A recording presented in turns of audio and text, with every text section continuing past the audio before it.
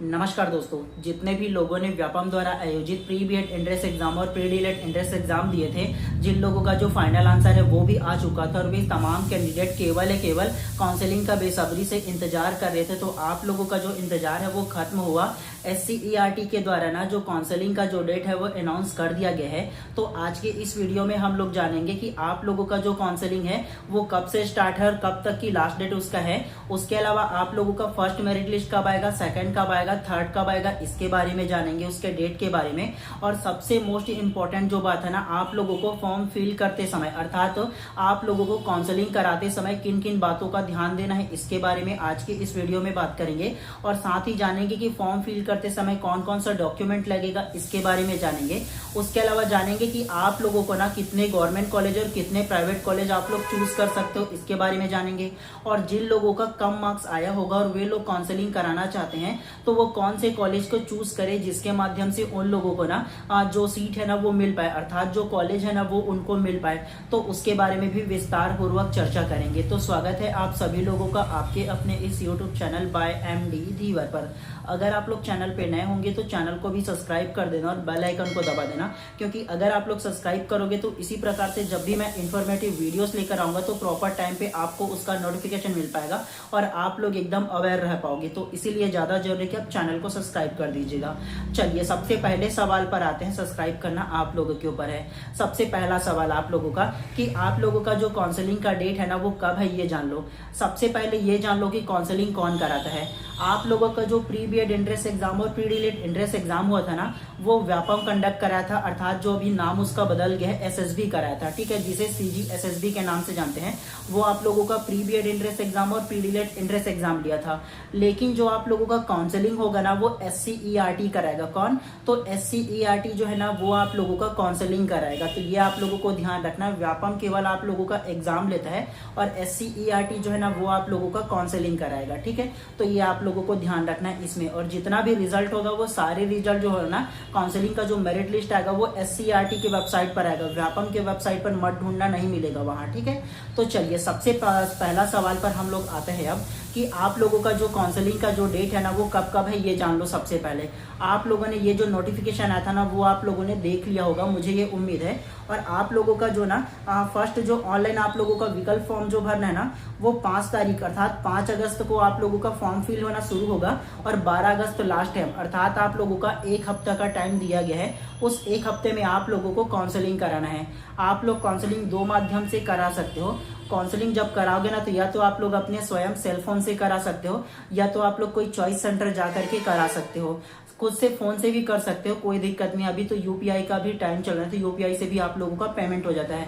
और जब आप लोग ना काउंसलिंग कराओगे तो उसमें फीस के बारे में बात करूँ ना तो उसका जो फीस है ना वो आप लोगों का लगेगा मात्र 350 उसमें लगता है। और अगर आप लोग चॉइस सेंटर जाओगे तो 100 रुपए वो जो चॉइस सेंटर वाले अपना चार्ज लेगा, 450 में हो जाता है जो काउंसलिंग है वो।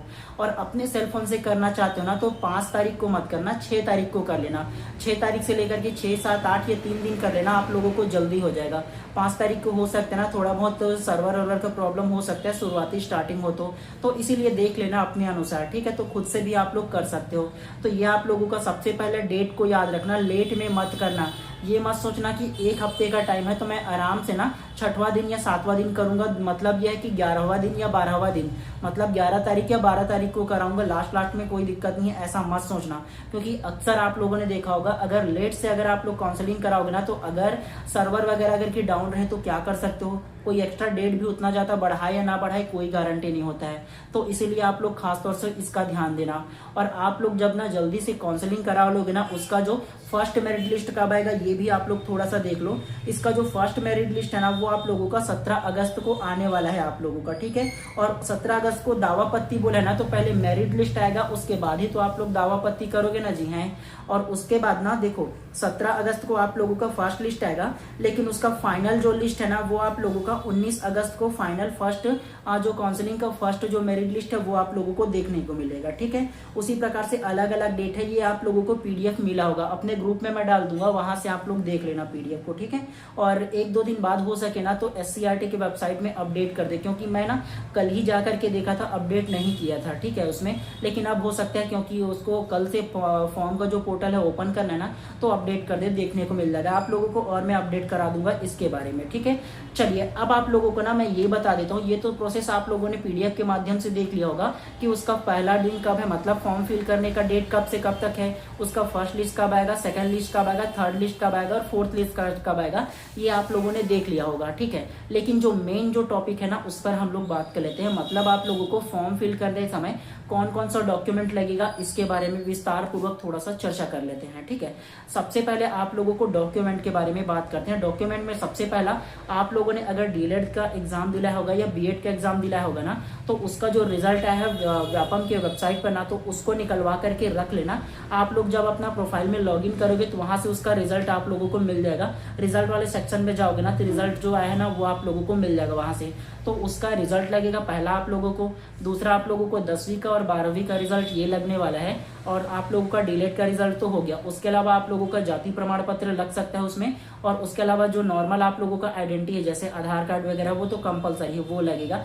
बस इतना ही आप लोगों को डॉक्यूमेंट लगेगा। ये मत सोचना कि मेरे को टीसीसीसी माइग्रेशन अभी काउंसलिंग टाइम पे लगेगा क्या, तो आप लोगों का जो ना टीसीसीसी माइग्रेशन अभी नहीं लगेगा। जब आप लोगों का फर्स्ट मेरिट लिस्ट आएगा ना, तो उसमें अगर आप लोगों का नाम आ जाएगा कोई भी कॉलेज में, तो वहां पर आप लोग जब एडमिशन लेने जाओगे तब आप लोगों को टीसी, सीसी और माइग्रेशन की जरूरत पड़ेगा। तो केवल इतना ही डॉक्यूमेंट आप लोगों को लगने वाला है, पहला 10वीं का रिजल्ट, 12वीं का रिजल्ट, और उसके अलावा आप लोगों ने अभी डीएलएड का जो दिया होगा या बीएड का दिया होगा तो उसका रिजल्ट लगेगा। और केवल आप लोगों का जाति प्रमाण पत्र और आधार वगैरह जो कार्ड है ना वो आप लोगों को लग सकते हैं, और 2 फोटो और सिग्नेचर वगैरह तो आप लोगों का कंपलसरी है वो जो लगेगा वो, ठीक है। और 350 आप लोगों का फीस लगने वाला है उसमें। तो इतना डॉक्यूमेंट जो है वो आप लोगों को रेडी करके रखना है। कई लोग ये बोलते हैं कि एडमिट कार्ड का भी लगेगा क्या, तो देखो एडमिट कार्ड में केवल आप लोगों का रोल नंबर लगता है, रोल नंबर तो आप लोगों का रिजल्ट में भी मिल जाएगा, है ना। तो आप लोगों को एडमिट कार्ड निकलवाने की दोबारा कोई जरूरत नहीं है उसका, ठीक है। आप लोगों के रिजल्ट से उसका काम चल जाएगा। उसके बाद सबसे बड़ा सवाल यह आता है कि आप लोगों को ना कितना गवर्नमेंट कॉलेज और कितना प्राइवेट कॉलेज आप लोग चूज कर सकते हो, इसके बारे में भी बात कर लेते हैं।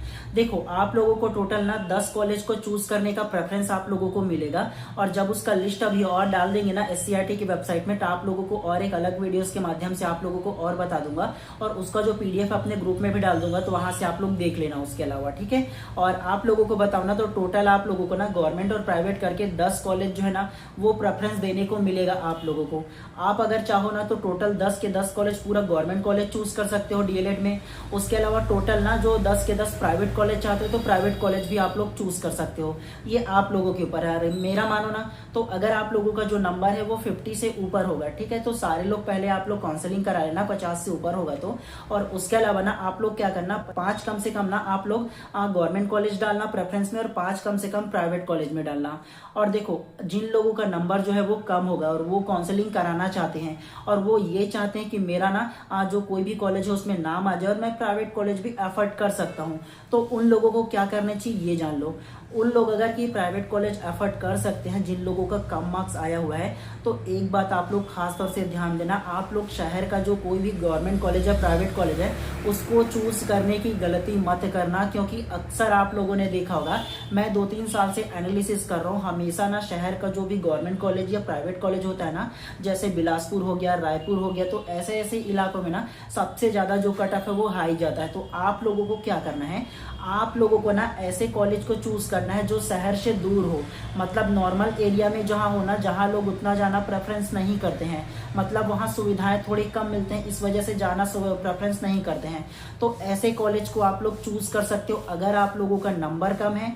और दूसरा आप लोग ये जो बीएड का कोर्स या डीएलएड का कोर्स करना चाहते हो तो इसके लिए ये इंपॉर्टेंट है, केवल 2 साल ही आप लोगों को एफर्ट करना है। जी हाँ, अगर प्राइवेट कॉलेज एफर्ट कर सकते हो तो 2 साल के लिए कर लो, थोड़े से भले ही आप लोगों को सुविधाएं थोड़ी सी कम मिलेगा, चल जाएगा, लेकिन ये 2 साल आप लोग एफर्ट कर लो तो ज्यादा बेहतर होगा। तो कम नंबर आया होगा तो जो दूरस्थ कॉलेज होगा ना तो वहां आप लोग चूज करना, और कॉलेज का जो लिस्ट है ना वो एससीईआरटी के वेबसाइट पर आप लोगों को मिल जाएगा। अदरवाइज मैं आप लोगों का ना अपने जो ग्रुप है ना व्हाट्सएप ग्रुप उसमें प्रोवाइड कर दूंगा, वहां से आप लोग देख लीजिएगा, ठीक है।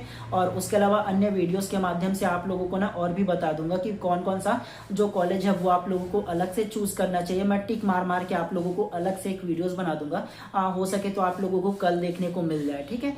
तो वहां पर आप लोग सेलेक्ट कर लेना और उसके आधार पर आप लोग क्या करना, एडमिशन लेने जाना, मतलब काउंसलिंग कराने जाना, ठीक है।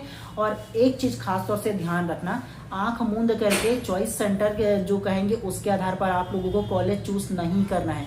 आपको बार बार बता रहा हूँ, आपको क्या करना है, सबसे पहले अगर आप लोगों को मान के चलो कल आप लोगों को अगर काउंसलिंग कराने चॉइस सेंटर जाना है, तो अभी SCERT के वेबसाइट पर जाओ और जा करके सबसे पहले कॉलेज का लिस्ट निकालो, जितना भी कॉलेज है उसका लिस्ट निकालो। और निकालने के बाद आप लोग पहले ये देखो कि मेरे को कौन कौन से कॉलेज में प्रेफरेंस डालना है। अगर मेरे को 5 गवर्नमेंट कॉलेज करना है तो 5 गवर्नमेंट कॉलेज कौन कौन सा हो सकता है, कि मैं बिलासपुर का BTI में डालूंगा, कि रायपुर के और कोई डाइट में डालूंगा, कि पेंड्रा के डाइट में डालूंगा। ये पहले आप लोग लिस्ट बना लो, क्योंकि आपका जितना नंबर रहेगा उसके अकॉर्डिंग आप लोगों का ना पहला दूसरा तीसरा जो प्रेफरेंस डाले उसके आधार पर आप लोगों का जो कॉलेज है ना वो अलॉट होता है। एग्जाम्पल देता हूँ आप लोगों का, मान के चलो मेरा जो नंबर है वो 70 नंबर आया हुआ है और मैं चाहता हूँ कि मेरे को ना सबसे पहला प्रेफरेंस मैं बिलासपुर में देता हूँ, एक जो 50 सीट वाला BTI है उसमें देता हूँ, दूसरा देता हूँ रायपुर में एक गवर्नमेंट कॉलेज है उसको दे देता हूँ, ठीक है, तीसरा दे देता हूँ मैं पेंड्रा डाइट वाला दे देता हूँ।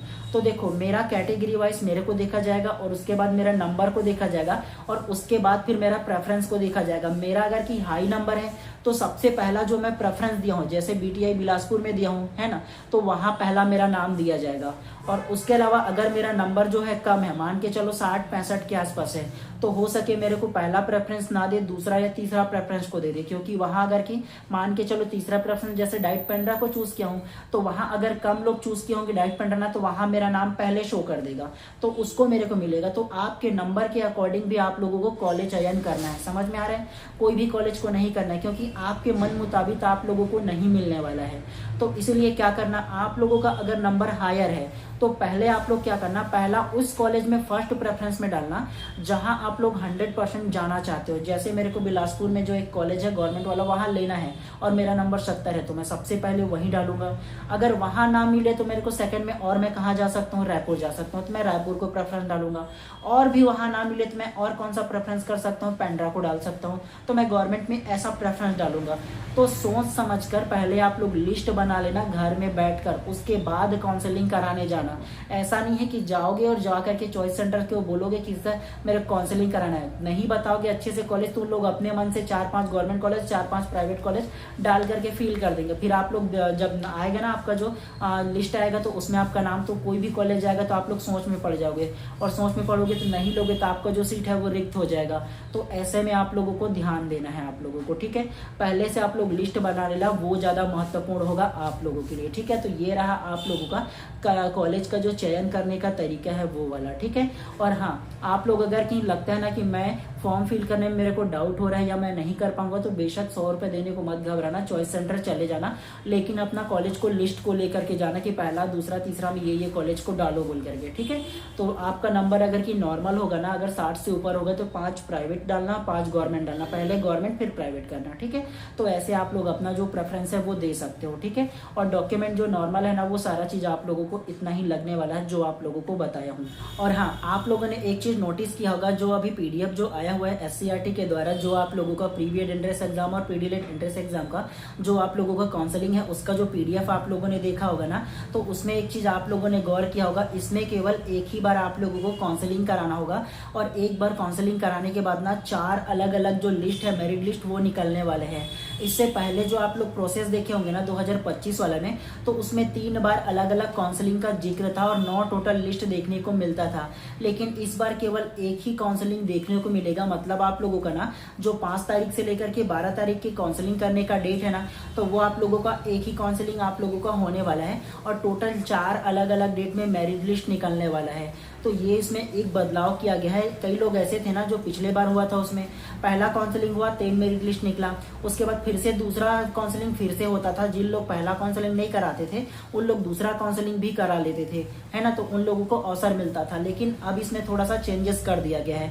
तो देखो, जिन लोगों को अगर लगता है ना कि मेरा 45 से भी ऊपर है, मैं काउंसलिंग कराना चाहता हूँ, तो बेशक करा लेना, आप लोगों को भी बता रहा हूँ, ठीक है। क्योंकि 4 अलग अलग लिस्ट निकलने वाला, और सेकंड जो काउंसलिंग वो कब होगा ये भी अभी दिया नहीं गया है। लेकिन हाँ, एक चीज आप लोगों को बता दूं, इसमें सेकंड जो काउंसलिंग होगा ना, वो अलग से फिर से आप लोगों को PDF में इन्फॉर्मेशन देखने को मिलेगा, लेकिन लगातार 4 अलग अलग डेट पर आप लोगों को पहले मेरिट लिस्ट देखने को मिलेगा। वो 4 लिस्ट निकलने के बाद भी अगर कॉलेज सीट खाली होगा ना, तो आप लोगों को ना SCRT के द्वारा फिर से एक नोटिफिकेशन देखने को मिलेगा जिसमें दोबारा काउंसलिंग कराने का डेट दिया होगा। और मोस्ट इंपॉर्टेंट बात आप लोगों को और थोड़े से अलग से बता दे रहा हूँ, इस बार आप लोग ना अगर कोई भी कॉलेज मिल जाए तो बेशक ले लेना, मिस मत करना। एक चीज आप लोगों को बता दे रहा हूँ, ठीक है, क्योंकि अभी 2026 चल रहा है, 2027 और 2028 में चुनाव है, आप लोगों को पता होगा। और चुनाव के वक्त हमेशा जो देखने को आप लोगों को मिलेगा कि आप लोगों का ना वैकेंसी बहुत सारा देखने को मिलता रहता है, खासतौर से टीचर का। तो इसीलिए आप लोग एक चीज ध्यान रखना, अगर आप लोग एफर्ट कर सकते हो या कोई भी कॉलेज आप लोगों को मिले, चाहे वो प्राइवेट हो चाहे वो गवर्नमेंट हो, बेशक एडमिशन ले लेना, ठीक है। और एडमिशन लेने के बाद जब 2028 आएगा तो आप सेकंड ईयर में रहोगे, और सेकंड ईयर में रहोगे तो आप लोग एलिजिबल रहोगे। तो इन बातों को आप लोग ध्यान देना, जब भी वैकेंसी आएगा 28 में ना, तो आप लोगों को देखने को मिलेगा। चुनाव में अक्सर आप लोगों ने अगर की ऑब्जर्व किया होगा तो आप लोगों को पता होगा इसके बारे में।